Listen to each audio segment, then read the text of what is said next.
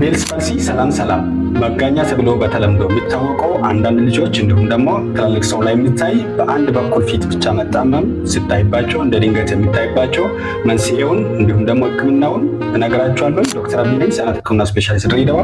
ቤልስ ፓልሲ ማለት እንደ ድንገት ሰደንሊ ተኝቶ አብዛኛው ጊዜ ተኝቶ ሲነሱ እንደ ድንገት ደና የነበረው ሰው ልጅ ፊታቸው በአንድ በኩል መጣመም ይታይባቸዋል። ፊት ላይ ያሉት ጡንቻዎች መድከም ዊክነስ በፋሻል ነርቭ ኢንፍላሜሽን ወደ ጉዳት መንስኤው በውል ያልታወቀ ኢዲዮፓቲክ የሆነ ፋሻል ነርቭ ሲጎዳ ኢንፍሌም ሲሆን በዛ በኩል ያሉት የጡንቻዎች መድከም ነው። በዚህ ምክንያት በፋሻል ነርቭ ዊክነስ ኢንፍላሜሽን እና ዲስፋንክሽን ሌሎች የሚያሳዩት ምልክቶች በዛ በኩል ያለው የፊታቸው ዊክነስ ወይ ደግሞ አይናቸው በዛ በኩል ያለውን አይናቸው መዝጋት አለመቻል በዛ ምክንያት ለአይናቸው ለኮርኒያ መድረቅ አንዳንዶቹ በዛ በኩል ያለው ጆሮ ሃይፐር ሴንሲቲቭ ለድምጽ በጣም ሃይፐር ሴንሲቲቭ ይሆናል። በጣም በትንሽ ድምጽ ይረበሻሉ።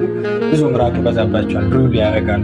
በዛ በኩል ያለው ፊታቸው ዲስፎርምድ ሆኖ ድሮፕ ይሆናል። እነዚህ ዋና ምልክቶች ናቸው። አብዛኛው ጊዜ ኢዲዮፓቲክ ነው፣ መንስኤው በውል የታወቀ ነገር የለም። አብዛኛዎቹ ግን በቫይረሶች ጋር የተያዙ ኢንፌክሽን ተብለው ብዙ ይቀመጣሉ። ብዙ ጥናቶች እንደሚያሳዩት እነዚህ ቫይረሶች በተለይ ሄርፐስ ሲምፕሌክስ ቫይረስ 1 የሚባለው እንዲሁም ደግሞ እንደ ሄርፐስ ዙስተር እና ኤፕስቴን ባር ቫይረስ ይሄን ፋሻል ነርቭ በመጉዳት ኢንፍላሜሽን በማድረግ እነዚህ ምልክት ያሳያሉ። ሌሎች እንደ ላይም ዲዚዝ ቱካን ጋር የተያዘ በተዋን የሚተላለፍ ቲክስ ዲዚዝ በላይም ዲዚዝ ስፔሲፊካሊ ይሄን ፋሻል ነርቭ ከጎዳ እንደዚህ አይነት ምልክት ያሳያል። ሌሎች መንስኤዎች ቀስቃሾች የሚባሉት ነገሮች አሉ። በዋናነት ግን ኢዲዮፓቲክ ነው። መንስኤው ይሄ ነው ተባለው ነገር የለው። ህክምናው ዓላማው የፋሻል ነርቭ እብጠትን እና ዊክነስን የነርቭ ሪጀነሬሽንን ማበረታታት ነው። እንዴት ነው? አንደኛው ለዚህ እብጠት ለመቀነስ አንዳንዴ ሐኪም አይቶ ልክ እንደ ስቴሮይድ መድኃኒቶች መስጠት፣ ለሂመም እንደ አይፕሮፌን መድኃኒቶች መስጠት ይችላል።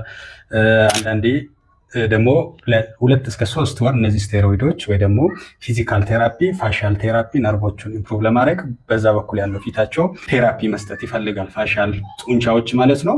አብዛኛው ጊዜ እስከ 2 እስከ 3 ወር ሙሉ በሙሉ ያለምንም ችግር ይጠፋላቸዋል። ከሚጠየቁት ጥያቄዎች ውስጥ ተላላፊ ነው ወይ ተላላፊ አይደለም፣ በዋናው ቀጥታ ራሱ ተላላፊ አይደለም። ነገር ግን ይሄን ያመጣው ቫይረስ ምናልባት እንደ ሄርፐስ ሲምፕሌክስ ቫይረስ ተላላፊ ሊሆኑ ይችላሉ። በቋሚነት በሽባነት ያስቀራል ወይ ፊት አብዛኞቹ ያለምንም ችግር ነው የሚድኑት በ2-3 ወር ውስጥ።